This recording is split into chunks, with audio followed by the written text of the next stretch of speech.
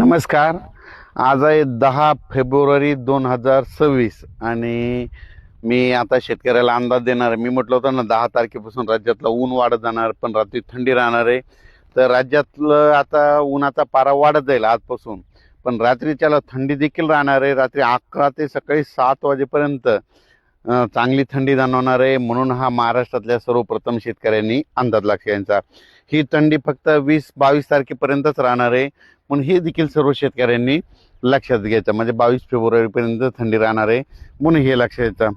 पण राज्यात मात्र आजपासून ऊन वाढत जाणार आहे, म्हणून हा अंदाज सर्व पूर्व विदर्भ, पश्चिम विदर्भ, दक्षिण महाराष्ट्र, उत्तर महाराष्ट्र, कोकणपट्टी, खानदेश या चारही विभागातल्या सर्व शेतकऱ्यांना अंदाज लक्षात घ्यायचा. मग आता नेमकं शेतकऱ्याचे हरभरा काढणी चालू झाली, त्याच्यानंतर गहू काढणी चालू झाली, तंबाखू देखील काढणं चालू आहे.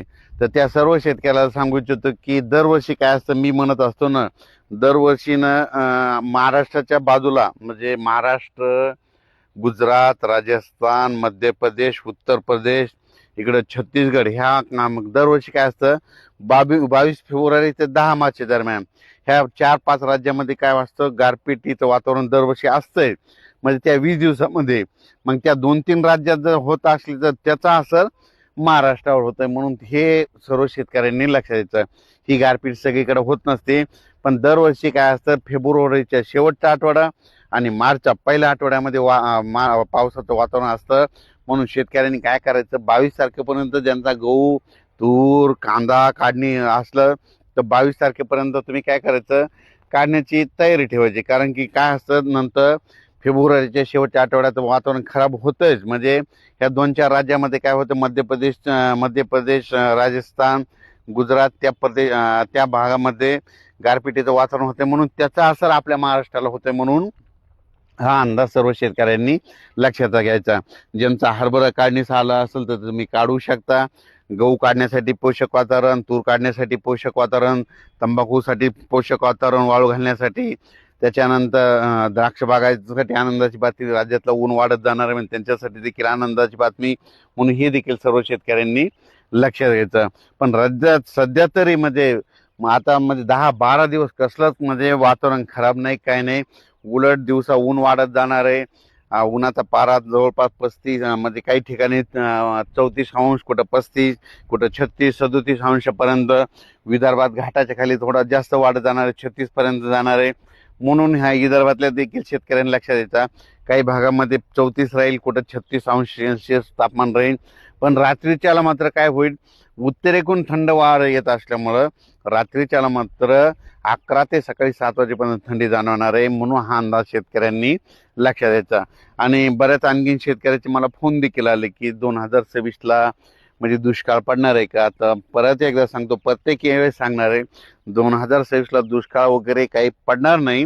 फक्त थोडा पाऊस कमी राहील. म्हणजे दरवर्षी जसा पाऊस पडतो जेमतेम सरासरी तितकाच पाऊस पडणार आहे.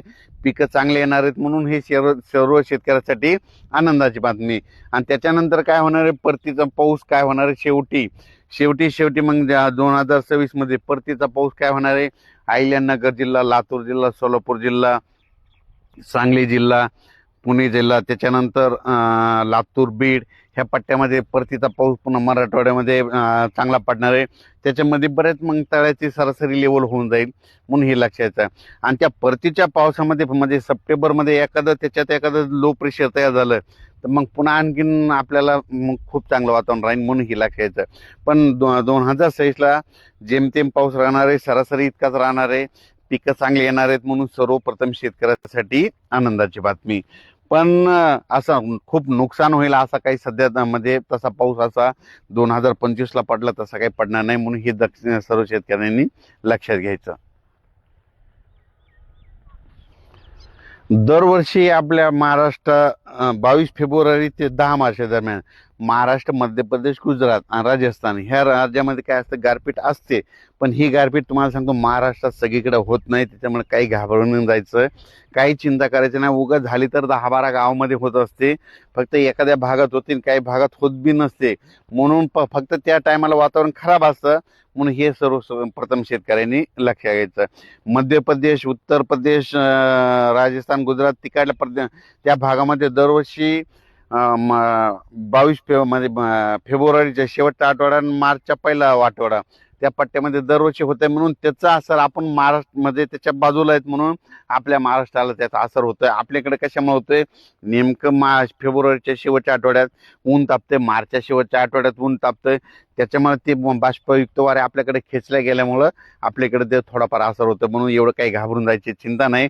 फक्त वातावरण मात्र 22 फेब्रुवारी ते 10 मार्च खराब होईल एवढं मात्र सर्व शेतकऱ्यांनी लक्षात घ्यायचं.